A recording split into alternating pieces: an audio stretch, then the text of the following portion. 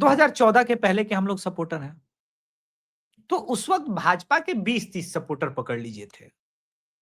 भाजपा चुनाव जीत गई, 20-30 सपोर्टर और ऐड हुआ, तो वो जो पुराने बीजेपी के सपोर्टर थे वो थोड़े कोने में चले गए। भाजपा यूपी जीती, फिर 40-50 ऐड हुए, वो बेचारे और कोने में चले गए, मगर वो फिर भी बीजेपी बीजेपी करते रहे क्योंकि वो कोर मूलतः भाजपा के हैं। इसके बाद भाजपा 2022 जीत गई, 2019 जीत गई, 500 और लोग आ गए। अब हजार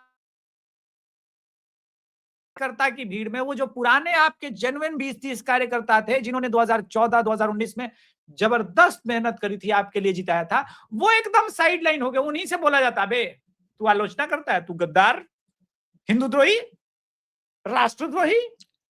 अब वो कह रहे साला हम ही ने तो राष्ट्र प्रेम और हिंदुत्व और ये सारा चीज जगाया, छोड़ देते हैं फेसबुक पे लिखना। फेसबुक पे लिखना छोड़ दिया, छोड़ देते हैं ट्विटर पे आना जाना, कोई बात नहीं, गाली तो नहीं मिलेगी, छोड़ देते हैं।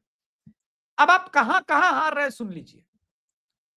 ये लोग आपके निष्पक्ष लेखक थे, आपकी आईटी सेल से नहीं थे, ब्रेन से लिखते थे।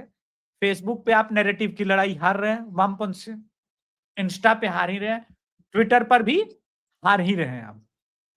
तो जब आपका लेखक, आपका थिंक टैंक चुप हो जाएगा या भाजपा आईटी सेल के छर्रों के द्वारा गालियां दिलवाकर चुप करा दिया जाएगा, तो नतीजे यही होंगे, यही होंगे। आप उन लोगों को पकड़िए सर क्या है ना कि विश्वास के डोर को पकड़िए। गलत हो रहा है इसलिए बोलना पड़ता है, क्योंकि मैं अंदर से भरा हुआ हूं, इसलिए क्योंकि हमको यूपी दिख रहा है, हमको महाराज जी दिख रहे हैं।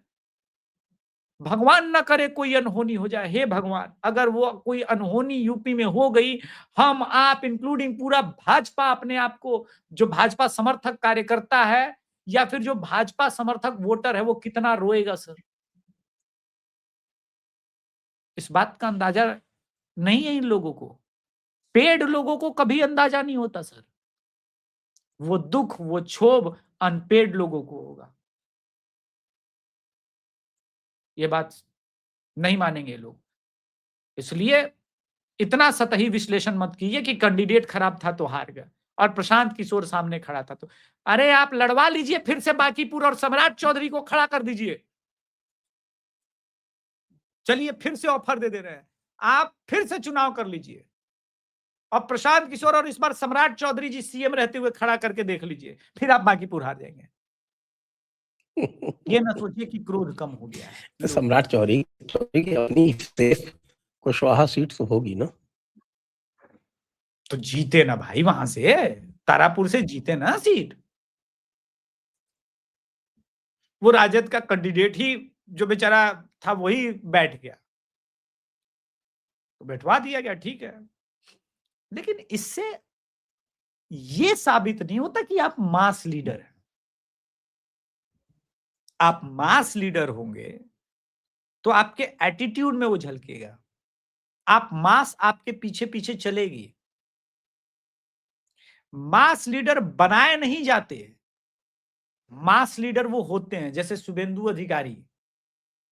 याद कीजिए बंगाल जब हम लोग कवर कर रहे थे तो कैसे भीड़ जुटती थी जहां भी शुभेंदु अधिकारी जाते थे, और उसी टाइम हमने कह दिया कि भवानीपुर जीत रहे हैं, गढ़ हार रही है बंगाल ममता बनर्जी। क्यों? क्योंकि स्पष्ट डिवीजन था हिंदुओं का, स्पष्ट राय थी। यहां आपका कोर वोटर कह रहा है, सोचेंगे, देखेंगे, पता ही नहीं चल रहा है कि क्या वोट करेगा नहीं करेगा, तो समझ में आया कि उदासीन है। और आपका कार्यकर्ता उदासीन हो जाए और आपका वोटर उदासीन हो जाए, ये डेंजरस परिस्थिति है। यानी अब उसको आपके हार जीत से कोई मतलब नहीं है। लेकिन यहां एक उल्टा हुआ है सर, इस पर आपने चर्चा की। दातिया और जो जेन्युइन वोटर है बीजेपी का, मैं गुलामों की बात नहीं करता, किसी भी पार्टी के गुलाम होते हैं। दतिया की हार और बांकीपुर की हार पर जो जेन्युइन भाजपा समर्थक है वो सेलिब्रेट कर रहा है, वो खुश है, बोला शायद इससे भाजपा संभल जाएगी। संभल लोग जाएगा। मुश्किल लगता है मुझे वैसे, क्योंकि कह रहे हैं लोग कि एक झटका जरूरी था, बहुत अच्छा हुआ लेकिन झटका लगा। लेकिन झटके के बाद जो है वो थिंक टैंक जो है, क्योंकि इनका थिंक टैंक तो केवल केवल और केवल आईटी सेल बचा है, बाकी कोई न थिंक है न कोई टैंक है। तो वो आईटी सेल की थिंकिंग आपने सुन ली, ये कोई खास बात नहीं है। जबकि आपको पता है कि मैं भी पुराना चुनाव विश्लेषक हूँ, अरे सर क्या बात कर रहे हैं, और इतना चुनावी आप कर रहे हैं। एक स्टेटमेंट मैं सदैव देता रहा हूँ, वो भी आपको याद होगा, और वो बाई इलेक्शन के संदर्भ में देता आया हूँ, वो भी आपको याद होगा। वो मैं ये कहता आया हूँ कि भाई मैं बाई इलेक्शंस को ज़्यादा महत्व नहीं देता, ठीक जब बात। तक कि जो शासन करने वाली पार्टी है, वो बाईपोल ना हार जाए। यहाँ तो यही हुआ है। यहाँ यही हुआ। नहीं, मैंने तो इसलिए हम सीरियसली इसको बताया डिस्कस था, कर रहे मैंने हैं। गोरखपुर वरना की हार यदि को जो भी रूलिंग पार्टी है, वो यदि बाईपोल जीत जाती है, नो बिग डील।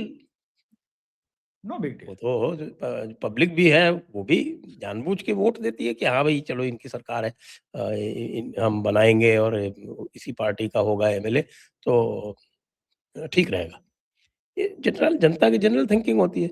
लेकिन ये उसी पार्टी की जिसकी सरकार हो, उसके कैंडिडेट को हरा दे, ये रिस्क लेते हुए कि अभी इनके 4 साल बाकी है, तब उसमें बड़ा संदेश है भाई, बड़ा संदेश है।